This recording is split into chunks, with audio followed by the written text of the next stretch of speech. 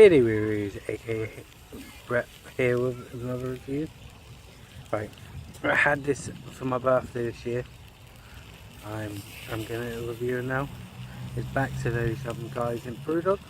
It's self-assembly Coke, 7.4%.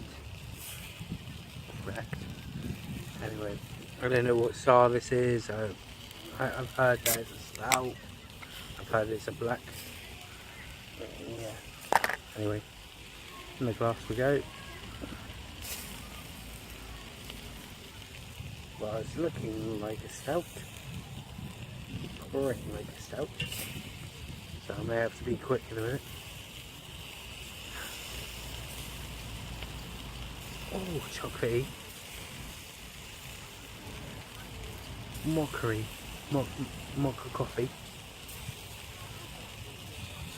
Here, take it.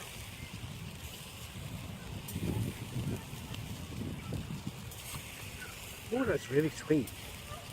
Mocha with extra cream and sugar.